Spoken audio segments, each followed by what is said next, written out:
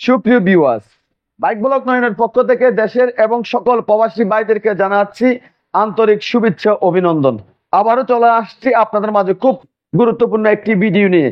আজকে ভিডিওতে থাকবে আমরা নিজের হাতে নিজের বাইকের ইঞ্জিনের ক্ষতি কিভাবে করি। তো চলুন দেখে আসি আজকের ভিডিও। একটি বাইকের জন্য খুব গুরুত্বপূর্ণ জিনিস হচ্ছে ইঞ্জিন অয়েল।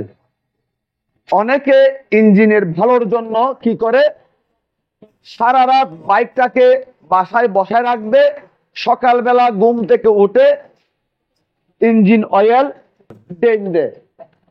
এই কাজটি করা যাবে না।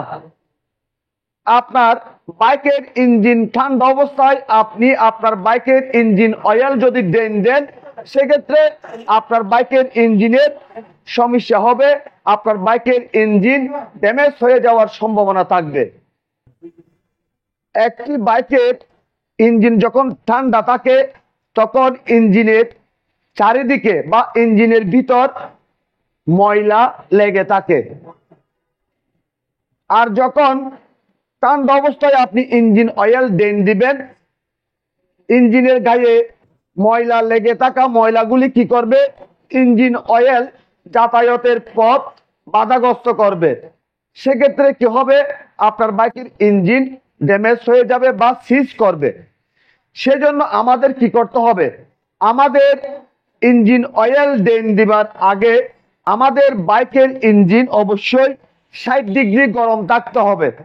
60 ডিগ্রি গরম এখন আপনি কিভাবে বুঝবেন? আপনার তো আর মিটার নেই। আপনি কমপক্ষে আপনার বাইকটা আপনি 3 কিলোমিটার চালাবেন, তারপর আপনার বাইকের ইঞ্জিন অয়েল আপনি দিবেন। আর আপনি সকালবেলা ঘুম থেকে উঠে বাইক নিয়ে সোজা চলে আসছেন কোথায়, সার্ভিস সেন্টারে। সার্ভিস সেন্টারে এসে সাথে সাথে ইঞ্জিন অয়েল দিবেন না। কমপক্ষে 10 মিনিট অপেক্ষা করবেন। 10 মিনিট বাইকটাকে এভাবে সমান জায়গায় ডাবল স্ট্যান্ড করবেন। আপনার কি করতে হবে, প্র্যাকটিক্যালি আমি আপনাদের দেখাচ্ছি। বাইকটা আমাদের সার্ভিস সেন্টারে নিয়ে আসছে ইঞ্জিন অয়েল দেওয়ার জন্য। তো আমরা বাইকটাকে লিফটের উপর তুললাম এবং ইঞ্জিন অয়েলের ক্যাপটি খুলে ফেললাম। 10 মিনিট পর এই বাইকের ইঞ্জিন অয়েল আমরা দিব।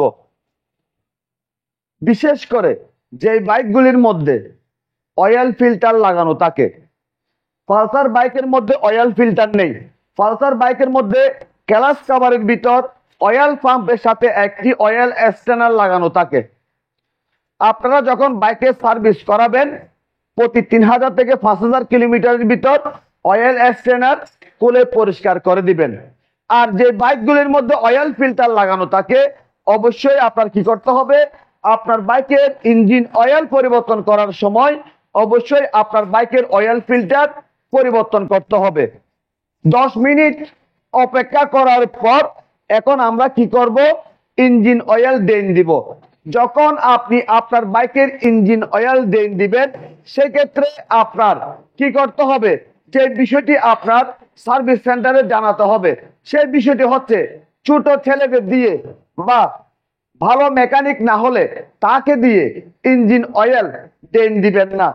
যদি ভালো মেকানিক না হয়, যদি ছোট ছেলে দিয়ে যদি ইঞ্জিন অয়েল দেওয়া হয় সেক্ষেত্রে দেখা যায় ইঞ্জিন অয়েলের নাটের পেঁচ নষ্ট করে ফেলে, ইঞ্জিনের চেম্বার অতিরিক্ত জোরে টাইট দিয়ে ফেটে ফেলে। এই ভুলটা না হওয়ার জন্য, এই ভুলটা হলে ক্ষতিগ্রস্ত হবে কাস্টমারের, ক্ষতিগ্রস্ত কাস্টমারের না হওয়ার জন্য অবশ্যই সার্ভিস সেন্টার হোক বা গ্যারেজ হোক ভালো মেকানিক দিয়ে আপনার বাইকের ইঞ্জিন অয়েল করাবেন। সেক্ষেত্রে আপনি লসে পড়বেন না। তো আপনারা দেখতে পাচ্ছেন 16 নং গুটি দিয়ে আমরা ইঞ্জিন অয়েলের নাট খুলে নিচ্ছি।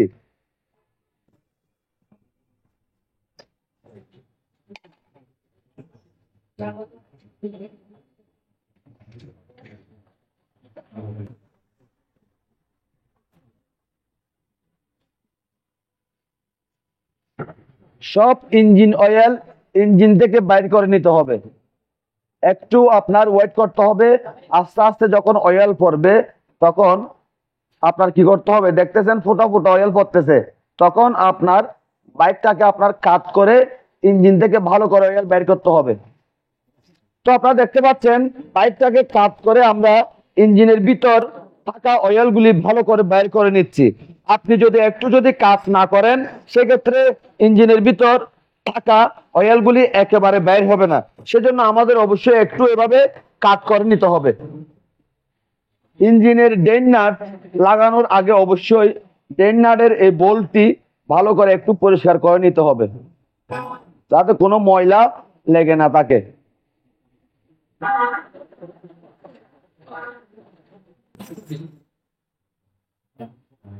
এভাবে পরিষ্কার করে নেবেন। তারপর এখানে কোনো টুলস ব্যবহার করবেন না। যখন ইঞ্জিন অয়েলের ডেন নাটের বোল্ট লাগাবেন প্রথমে কোনো রেঞ্চ ব্যবহার করবেন না। আপনি হাত দিয়ে প্রথমে বোল্টটি এভাবে লাগিয়ে নেবেন। আপনারা দেখতে পাচ্ছেন বোল্টটি আমি হাত দিয়ে আস্তে আস্তে লাগিয়ে নিচ্ছি। যদি টুলস দিয়ে লাগাতে যান সেক্ষেত্রে বোল্টের ছুরি এক সাইডে লেগে যায় এবং চেম্বারের ছুরি নষ্ট হয়ে যায়, বোল্টের ছুরি নষ্ট হয়ে যায় এবং চেম্বারও ফেটে যায়। সেজন্য প্রথমে বোল্টটি হাত দিয়ে লাগাবেন, তারপর টুলস ব্যবহার করবেন। আর টুলস দিয়ে টাইট দিবার সময় অতিরিক্ত জোরে টাইট দিবেন না। হাতের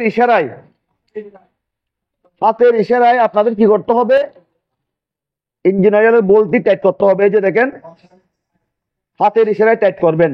সেক্ষেত্রে আপনার বাইকের ইঞ্জিনের চেম্বারও ফাটবে না এবং চেম্বারের ছুরি এবং বোল্টের ছুরিও নষ্ট হবে না। যখন আপনি আপনার বাইকের ইঞ্জিন অয়েল পরিবর্তন করবেন তখন আপনি অবশ্যই চেষ্টা করবেন সার্ভিস সেন্টার থেকে ইঞ্জিন অয়েল পরিবর্তন করার। সেক্ষেত্রে আপনি 1 নাম্বার ইঞ্জিন অয়েলটি পাবেন। আমাদের সার্ভিস সেন্টারে আপনারা পেয়ে যাচ্ছেন মোবিল সুপার 40 এবং ডিটিএসআই ইঞ্জিন অয়েলটি দিয়ে আপনারা 1500 থেকে 2000 কিলোমিটার পর্যন্ত রাইড করতে পারবেন। আর মোবিল সুপার 40 এই ইঞ্জিন অয়েলটি দিয়ে আপনারা 1000 থেকে 1500 কিলোমিটার রাইড করতে পারবেন। এই বাইকের মালিক এই বাইকের মধ্যে মোবিল সুপার 40 ব্যবহার করে, তো সেজন্য উনি এই বাইকের মধ্যে মোবিল সুপার 40 ইঞ্জিন অয়েল দিতেছে। তো আপনারা দেখতে পাচ্ছেন ইঞ্জিনের মধ্যে আমরা মোবিল সুপার 40 ইঞ্জিন অয়েলটি দিয়ে দিচ্ছি।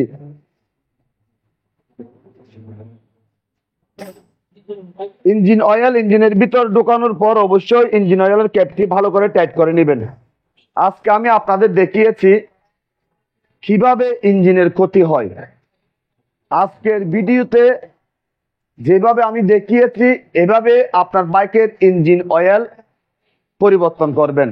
সেক্ষেত্রে আপনার বাইকের ইঞ্জিন একদম পারফেক্ট থাকবে, ইঞ্জিনের কোনো সমস্যা হবে না। আপনাদের যদি আমার আজকের ভিডিও যদি ভালো লেগে থাকে লাইক করবেন, কমেন্ট করবেন এবং বেশি বেশি করে শেয়ার করবেন। আর আমাদের ছোট্ট পরিবারটি সামনের দিকে এগিয়ে যাওয়ার জন্য সুযোগ করে দিবেন। সবাইকে অনেক অনেক ধন্যবাদ জানিয়ে আজকের মতো বিদায় নিলাম।